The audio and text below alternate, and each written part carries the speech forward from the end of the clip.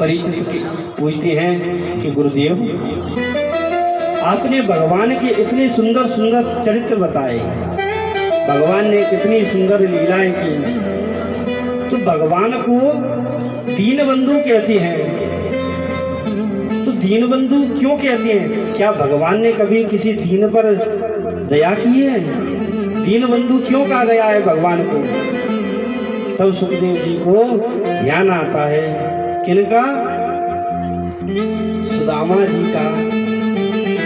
सुदामा जी का ध्यान आता है, लेकिन भागवत में सुदामा जी का नाम नहीं लिया है।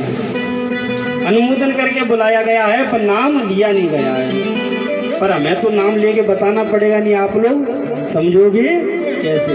हैं? बोल कृष्ण कन्हैया लाल की जय हो।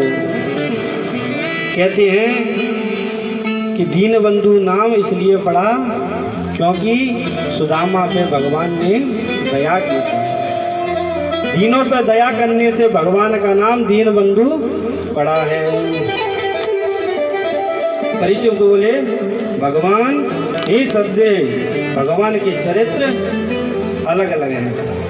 तो कृपया करके गुरुदेव मुझे आप सुदामा जी के चरित्र का वर्णन करके बताएं। जैसे भगवान ने दया की है, मुझे ये सब चरित्र का वर्णन करके सुनाओ।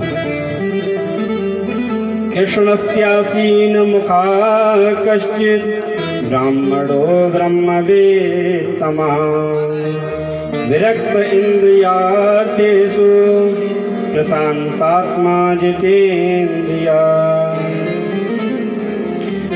परम भागवत श्री सुदामा जी का पावन चरित्र देते हुए श्री सुखदेव जी महाराज कहते हैं कि परिचित श्री कृष्ण के परम प्रिय मित्र थे सुदामा।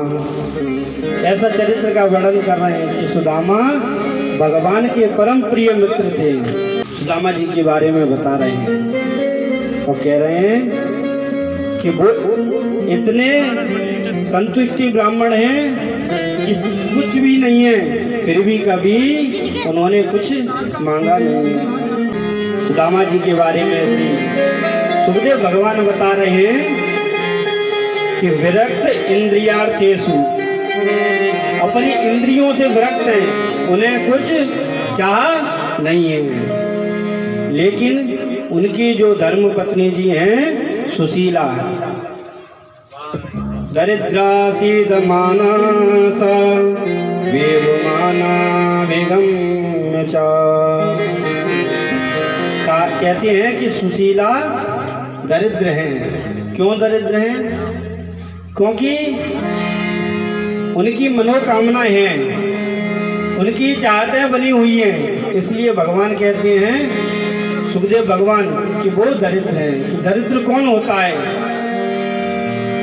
जिसके पास में हरि नाम नहीं है, वो हकीकत में दरिद्र है। ये पैसे वैसे होने पर भी अमीरी गरीबी कोई माने नहीं लगती, क्योंकि पैसा होने के पास भी आदमी मन से दरिद्र बना रहता है। एक बार की बात है कि एक सेठ जी थे। सेठ जी बहुत अमीर थे। एक दिन मुनीम को बुलाया उन्होंने और कहा मुनीम से कि ऐसा करो, ये पता लगाओ कि हम पर कितनी दौलत है। दौलत को गिनवाने लगे कि ये पता करो कि कितना हम पे खजाना रखा हुआ है, अभी पे कितना पैसा है।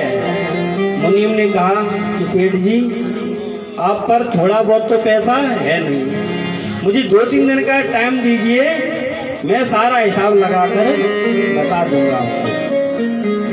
जब 2-3 दिन बाद सेठ जी के पास में मुनीम आता है और कहता है कि सेठ जी, मैंने मोटा मोटा हिसाब लगा लिया है, आपके पास में इतना धन है कि आपकी 7 पीढ़ी बैठे बैठे खाएंगी। सेठ जी ने जब सुना कि 7 पीढ़ी बैठे बैठे खाएंगी तो बेहोशी से गिर पड़े। जब जगे तो पूछा उनसे, क्या हुआ सेठ जी, बेहोश क्यों हो गए? तो क्या बोले, मैं इसलिए टेंशन की वजह से गिर गया बेहोश होके कि मैंने समझा कि 7 पीढ़ी तो हमारी खा लेंगी, लेकिन 8वीं पीढ़ी क्या खाएगी। देखो 7 पीढ़ी तक की व्यवस्था है, पर उसे 8वीं पीढ़ी की पड़ी हुई है। मनुष्य का अभी पता नहीं है, अभी बैठे हुए हैं और कल का पता नहीं है, वो 8वीं पीढ़ी की चिंता में लगा हुआ है। तो ऐसे व्यक्ति दरिद्र होते हैं, होते हुए भी खर्च नहीं कर पाते, वो दरिद्र कहलाते हैं।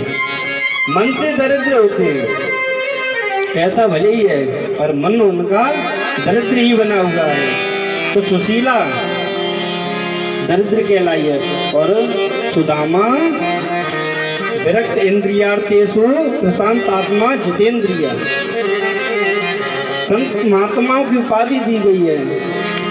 क्यों? क्योंकि उनके पास वो धन है जो कभी खर्च नहीं होता।